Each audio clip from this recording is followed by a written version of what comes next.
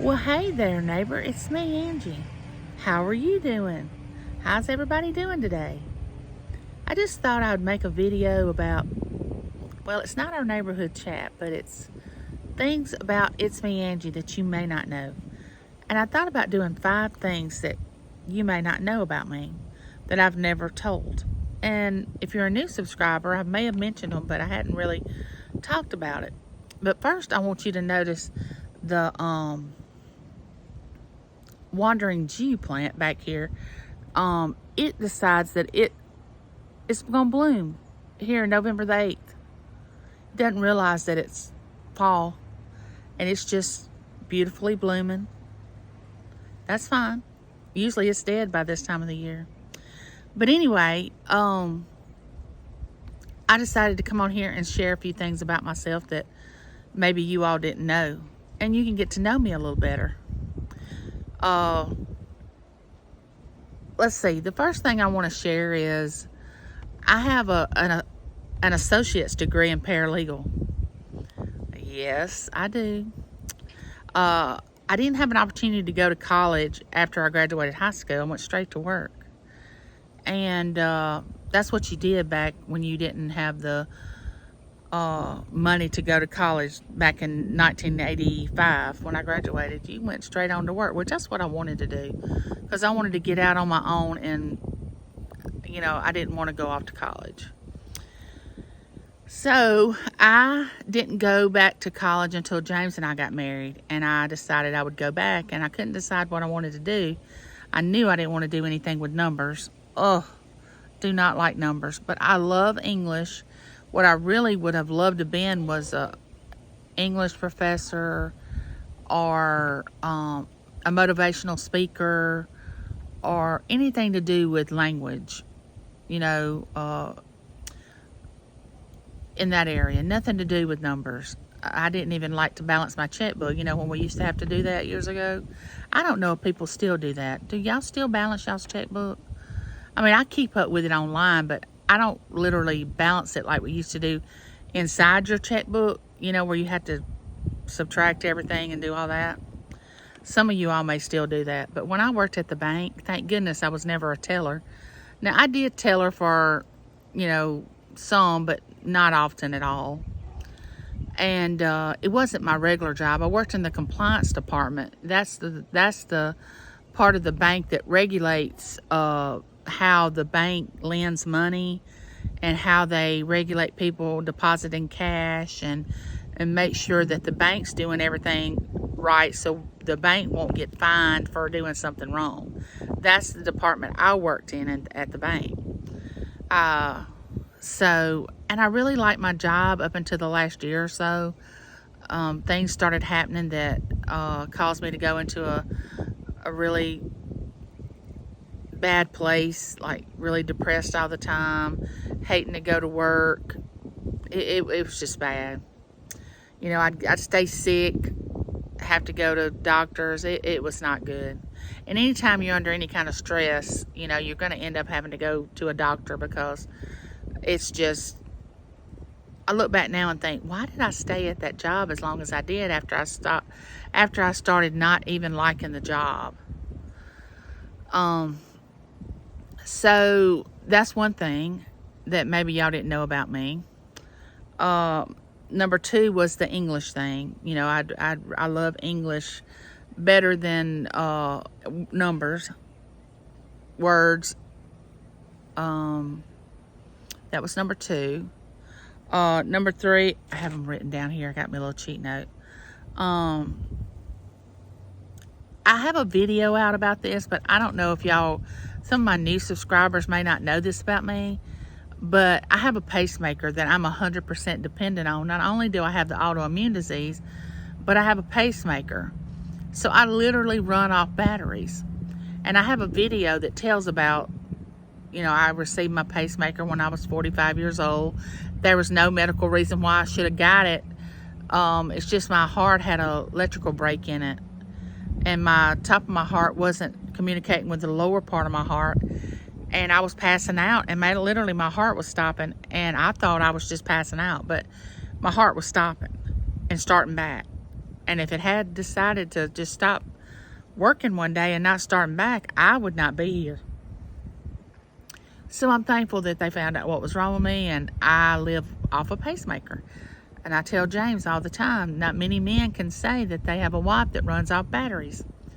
And we also joke about how it'd be wonderful. He could just take that battery pack out and put it on a shelf and then plop it back in when he wanted to hear me talk. But it doesn't work like that. So anyway, that's another thing. The next two things I want to tell you about myself is kind of really personal. I saved those two things for last. And then I thought, well, should I share these? Should people know me this well? But before I tell you those, I'll let you chew on that a little bit. I want to tell you that I write poetry. I've written a book. Only a couple people have ever read this book. I thought about reading each chapter. Okay, let me stop just a minute because I have some neighbors coming that is riding on the back of a truck.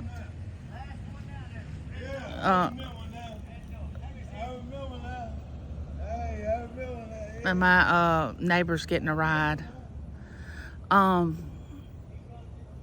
So anyway, I thought about reading a little bit of my book on one of my videos, and I don't know if I'll do that or not. I mean, because then y'all would really, really know me. So, not that I have anything to hide. Like, let's just do this pun. I'm an open book. But because my children's never read the book before, I'd really like for them to read it and know what it says before I read it to anyone else. But anyway, like I said, I write poetry. I thought about reading some of my poetry online with you all. I don't know. I might do that. Maybe I don't want to know that much about me. A lot of people don't like poetry. Some do. I love it. I used to think it was kind of quirky that I would write poetry, and I wouldn't tell anybody for a long time that I had that gift because I think, this is weird. I mean, who does this? And that's just how silly I was about that. And then I started learning about, in literature, about people writing poetry and everything. And then I thought, I'm not as weird as I thought I was. So that's another thing about me. I write poetry and I've written a book. The last two things are the most, like I said, private thing. And they're really not that bad, but a lot of people don't share things because they're afraid of stigma, and they're afraid people judge them for it, or they're afraid that somebody won't like them. Well, I'm way past that stage in my life. I mean, what you see is what you get, and I am who I am. So, and I guess I've gotten to that age that I would laugh at my grandmother because she got to the age where she would just say anything. It didn't matter in front of anybody. And now that I look back, I think that was awesome. I can't wait till I get to that age. And I guess I'm there. I just kind of reached it a little sooner than she did. But the first thing I want to share with you is I don't know if you've watched the video about me finding my biological father, which I knew that I had a different father for years. My mother would never talk to me about it. She would it was just understood that you didn't mention it to her. She would get real angry about it. But I found my biological father, and I'm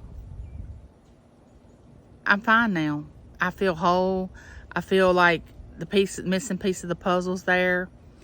But when I was 16 years old, and I was, at that adolescent stage, going to school, really having a hard time with it, that I didn't know who my biological, and you say, well, why was it so important? I don't know. Unless you are in that position, you don't know how important it is to find out where you came from, who both your biological parents are. So anyway, at that time, I didn't want to be here, so I decided that I might try to do something about that. And I did, and luckily it didn't work. And I didn't succeed in that, and I'm so happy that I didn't. I wasn't but 16 years old, and I think, my goodness, look what I would have missed had I succeeded in that.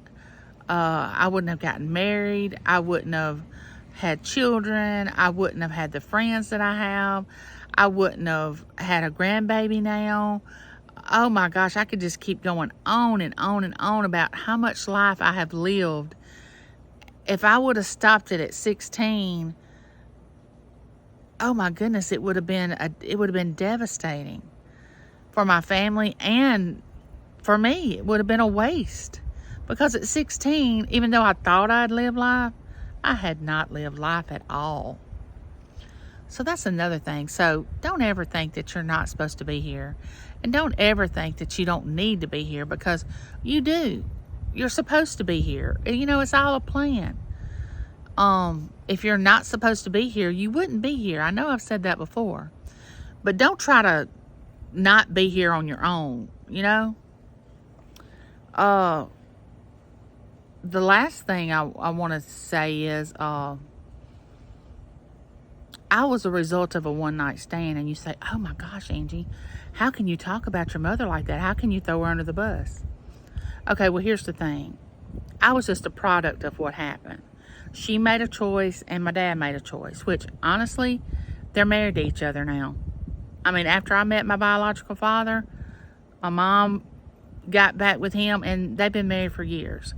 So it's not like she didn't know him, you know, when that happened. They wasn't married at the time. They wasn't even dating. It was just one of those, like I said, a one-night stand. I didn't know that until I met my dad. He actually opened up and told me the whole story, which my mom would never tell me. And I don't know why she would get so angry about it. But after I met him, and she did get mad about me meeting him, and then after she met him, she was all good with it. But I don't hold it against them for doing that, because I wouldn't be here if that didn't happen. Because I don't know if y'all realize this or not, but somebody getting pregnant is not easy. Now, I know you see all these teenage pregnancies going on and these kids getting pregnant and girls and all this, and it looks like, oh my gosh, it's easy. I'm telling you, if you study about pregnancy, the timing of being able to get pregnant is a window that is about like this. So it was just meant for me to be here. And it took me years to realize that I wasn't a mistake, that I was actually meant to be here.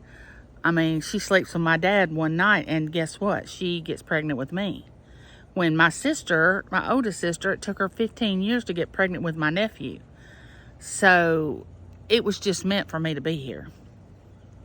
So why do I tell that story? Because I want you to know that if you have been caught in that situation where two people have gotten together and had a relationship with each other, and you're a result of that relationship, you're not the problem. You're a result of a situation that they created. So don't ever, ever think that you're less than, or that you don't matter, and that you're not supposed to be here. And I'm just thank God every day that my mother didn't decide to not have me or something like that. I mean, she did give life to me, so I can say that for her. And I'm thankful for that, because I've had a good life, especially after I got married. I mean, because I started living my own life, making my own decisions, making my own choices, deciding that I was going to be positive instead of negative. I was going to be happy and not sad. I was going to be a giver and not a taker. I was going to be an open book and not a closed up book where people would try to guess who I was. I wasn't going to be a troublemaker. I wasn't going to be a manipulator. I wasn't going to be, you know, when you get to a certain age, you can't blame your parents for things, no matter what you were raised in. You get to a certain age and you say, I'm not going to be like that. And you change. That's what life is. It's about choices. We have a will. We can change. Even if I wanted to make a change right now at 55 years old, guess what I could do? I could change.